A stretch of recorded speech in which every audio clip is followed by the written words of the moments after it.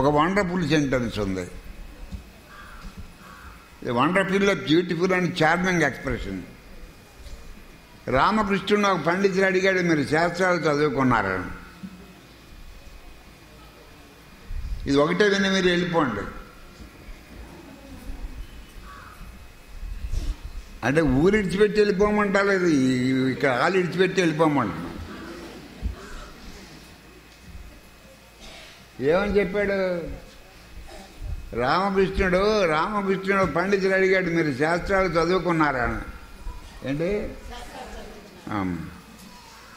నాకు చదువు రాదు కదా చదువుకోవడానికి అన్నాడు. శాస్త్రాలు చదువుకోవడానికి నాకు చదువు రాదన్నాడు.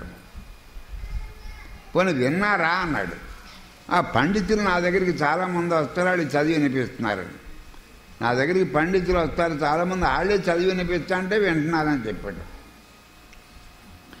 ఆ శాస్త్రాల్లో నేను గురించి నేను అనే తలంపుని, శరీరం నేననే తలంపుని ఎలా పోగొట్టుకోవాలి అన్నీ చెప్పారు. అవి ఎప్పుడైనా విన్నారా అని అడిగాడు. ఆ పండితుడు విన్నారన్నాడు. ఏమన్నాడు? ఏంటి, అవన్నీ విన్నారండి అన్నాడు. మరి మీరు పోగొట్టుకున్నారు. బాగుందని ప్రశ్న. మీరు విన్నారని చెబుతున్నారు కదా, ఆ నేననే తలంపుని ఎలా పోగొట్టుకోవాలి అన్నీ ఎవరో పండితులు చదివి వినిపిస్తాంటే మీరు విన్నారని చెబుతున్నారు కదా, మరి మీరు పోగొట్టుకున్నారని.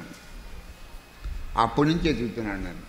ఏంటి, ఆ పండితులు చెప్పినప్పటి నుంచి ఈ నేను పోగొట్టుకోమన్నారు వాళ్ళు అని చెప్పి పోగొట్టుకుందామని అప్పటి నుంచి వీళ్ళు నేను విన్నాం, నేను శ్రవణం చేశాను, ఆ శ్రవణం చేసింది మనం మరణం చేసి పోగొట్టుకోవాలని దానికోసం వెతుకుతున్నాను.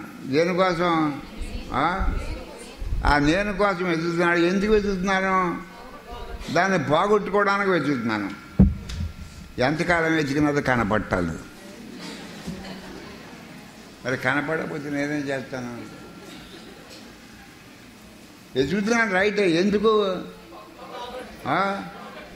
పోగొట్టుకోవడం? ఇగో ఆ సందులో పాము ఉందంటారు, మీరు అందరూ వెతుకుతున్నారు పాముని చంపడానికి. అక్కడ ఉంటే కనిపిస్తుంది కానీ లేకుండా ఎలా కనిపిస్తున్నా పాము?